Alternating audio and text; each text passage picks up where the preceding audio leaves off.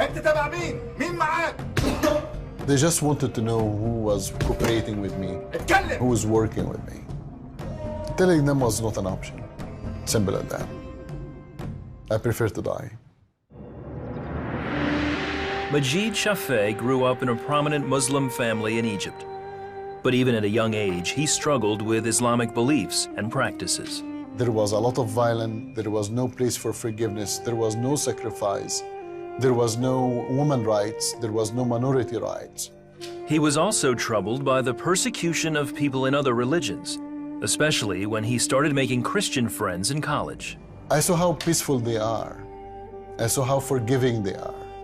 I saw the principles and the values that they have. So I didn't understand why you want to persecute people that they are that peaceful. And I needed to know what truth that these Christians have that I was not even allowed to hear it. To get answers, Majed went to his Christian friend Tamer, who in turn gave him a Bible. And the more that I read, the more that I saw this amazing Lord that came on earth to die for us, for our pain and sins and disease. And I saw all of his sacrifice, all his love. That's when I came to the conclusion, that's when I came to the revelation that that's the God that we should worship. That's the God that I want to follow. Majed committed his life to Jesus Christ. This feeling of freedom, this feeling of liberation, there is nothing like when you know that you are a child of God and you are not a slave.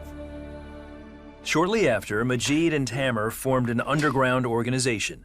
They used caves to hide their church services and other activities. We built one Bible school, one medical clinic, and we established, a newspaper asking from the Egyptian government to give us our rights. The government responded by targeting the organization.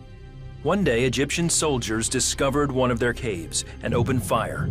Majed and Tamer were there. One of the Egyptian officers aimed at me. I didn't see Tamer dead. So the officer shot, and that's when Tamer pushed me on the ground, and he took a bullet and he died for me. And his last word for me was, continue the fight, never give up. Majed escaped and continued his work. 3 months later, Egyptian police forced their way into his home and arrested him. An officer came and he said, I need to know everything about you, who you are, who working with you. I told him, I don't know anything. I don't know what you're talking about. I don't know what organization. And he told me, you want to play tough? We can play tough together. I told him, tough is my middle name. You don't need to worry about that. Next day, they transferred me to Abu Zabal prison. For the locals, Abu Zabal prison is called hell on earth.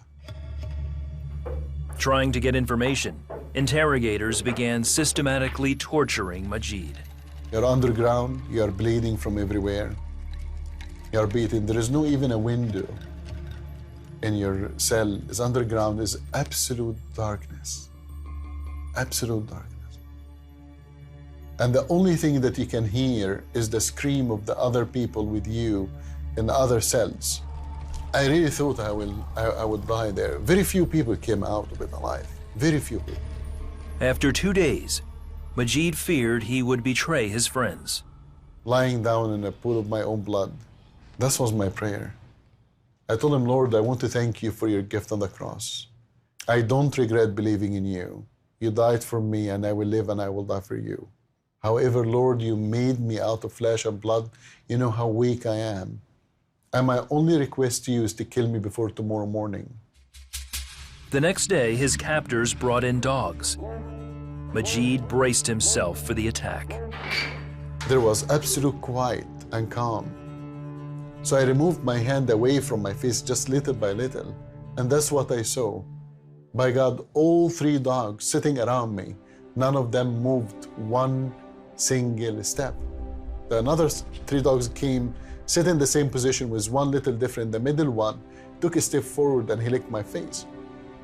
I got the same message that the officers got, that maybe I'm alone, but I'm not lonely. Somebody else here with me. His interrogator returned the following day. This time, he made him an offer.